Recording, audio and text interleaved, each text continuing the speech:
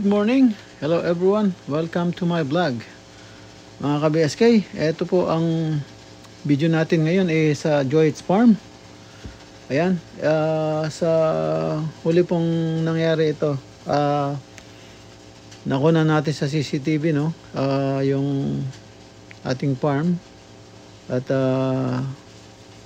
yung ating caretaker, yung kapatid niya, lalabas yung mga kambing para isoga. Pero yung nangyari na yan, yung nakaraang linggo na yan, okay pa. Pero may duda na ako dahil ayaw niyang mag-video ng ating alaga. Kaya yung CCTV yung ginagamit ko. Ngayon nakikita ko yung kulungan ng manok, parang kukonti yung nakatirang manok, no? Kaya tayo duda.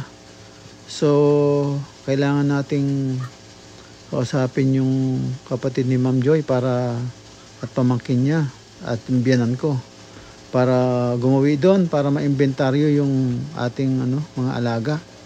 Kasi nakikita ko konti lang talaga. Kaya yan, abangan natin. Pero tingnan muna natin si Jerel. A few moments later. Yan po mga BSK. Binuksan yung water pump para makapag-igib ng tubig dahil mag-aabono siya ng talong. Dahil nasabi ko siya kahapon na yung talong late na. No? Late nang tinanim at late pa rin walang abono. So ngayon, yan, binuksan yung water pump para makaigib ng tubig para abonuhan yan, yung maliliit na yan na sili at ang talong. So ayan, mag-aabono siya ngayon mga ka-BSK. Yan ang last o huli niyang pagtatrabaho. So dahil nga late, parang ayaw na niyang gumawa, no? Yung kung hindi mo utusan, hindi siya gagawa. So walang palo at wala rin siyang video na pinapasa sa akin para noon mapag-aralan ko kung anong kulang, kung anong dapat. So ayan, napilitan siyang i-video dahil sabi ko hindi ako maniniwala kung hindi mo bibidyohan kung nag-abono ka ng ating halaman o ating gulay. So kaya ayan po, na video niya. Hindi ko, napilitan lang talaga. So ayan po ang huling trabaho niya. Nag-aabono po siya diyan. At yan, yung biyanan ko, yung parents ni Ma'am Joy at saka yung kapatid niya, yung pamangkin niya, so sa Olonga po nakatira at napakalapit nila. So kasi meron din CCTV dapat i-install dun sa farm, kaya kinausap natin sila para puntahan. So nakaplano na po na gagawin sila yung darating na linggo. So ayan po, ngayon si Jerel andyan, ayan po, ayan, aabonuhan nga po niya yan, yung gulay na yan. So ayan na po ang huli niya pong pagtatrabaho sa Joy's Farm. So nabigay ko na yung buong sweldo niya at nabigay ko na rin yung kanyang libreng bigas at groceries, no? So ayan, sabi ko sa kanya magtimpla siya ng abono sa drum na tubig, yung maliit kaming drum doon. So kaya yan, sabi ko para ma-absorb agad ng gulay. So kailangan itunawin sa tubig yung abono at saka idilig para sandali ma-absorb ng tanim na gulay. So kaya ayan, niready niya na po. Nilagyan niya ng tubig yung drum niyan at binuhos niya yung abono. Sabi ko sa kanya, tatlong tabo ng abono ilagay at saka haluin hanggang sa matunaw. So ayan po, nilagyan niya po na ng abono yung tubig. Saka po niya haluin ngayon. Yan, sabi ko 3 tabo. Ako, naka 3 tabo na siguro siya. So Yan, at haluin niya ngayon yung tubig hanggang sa matunaw po yung abono. Sa kanya ididilig po doon sa halaman. Yun lang po yung the best way na ma-absorb agad ng halaman, no? Kasi kung ibabato lang sa halaman, matagal bago matunaw yun. At minsan nag-evaporate na yung So yan, pag tinunaw pong ganyan, pumupunta po sa lupa at nasisip-sip agad po ng ugat. Kaya yan po yung yan, halo-halo hanggang sa matunaw po yung abono. So ayan, sa kanya ngayon ididilig po yan pag natunaw na yung abono. Pinaghalo pong urea yan, saka yung abonong Amosol. Yun, 21-0-0 plus 24S. Meron siyang content na nitrogen, phosphorus, sulfur, at yung important yung potassium. At yun nga po, medyo moisture content pa siya para maganda sa halaman. So yun po yung pinaghalong yan, urea saka yun. Maganda sa halaman yun para mag-boost up yung halaman. So nakahalo siya sa urea, yung puti. So yan, dinidiligan niya na ngayon, mga ka-BSK. Ayan na po ang huling trabaho niya. After niya mag-abono, kinabukasan nag-ready na po siyang umalis at may sakit daw yung asawa niya. Doon na po siya, sabi niya na papagamot lang o titignan lang po niya yung asawa niya dahil balak niya pa check up daw sa hospital. So yun po yung paalam. Hindi niya sinabi na hindi na siya babalik. So yun po ang nangyari. Hindi maganda kasi hindi naman siya nagpaalam na hindi na siya babalik. So yan po, mabuti yung pinagbigay niya ako dun sa hiling ko na abunuhan yung yan nga po yung tinanim niyang talong sa sili. Yan nga, kulang sa dilig, tapos wala pang abono, kaya parang nababansot po yung halaman. Kaya yan sinabi ko sa kanya, late na nga po yung pag-abono. So yan, inabunuhan niya. Siguro niyan lalaki na yan. Makakahabol din siguro. Yan. So mga by end of February baka mamumulaklak na yan. Para mahaba-haba yung yung pamumunga niya bago magtag-ulan. Ayan mga ka-BSK,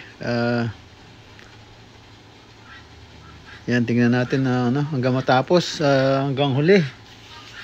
Tingnan natin anong mangyari na. Ayan.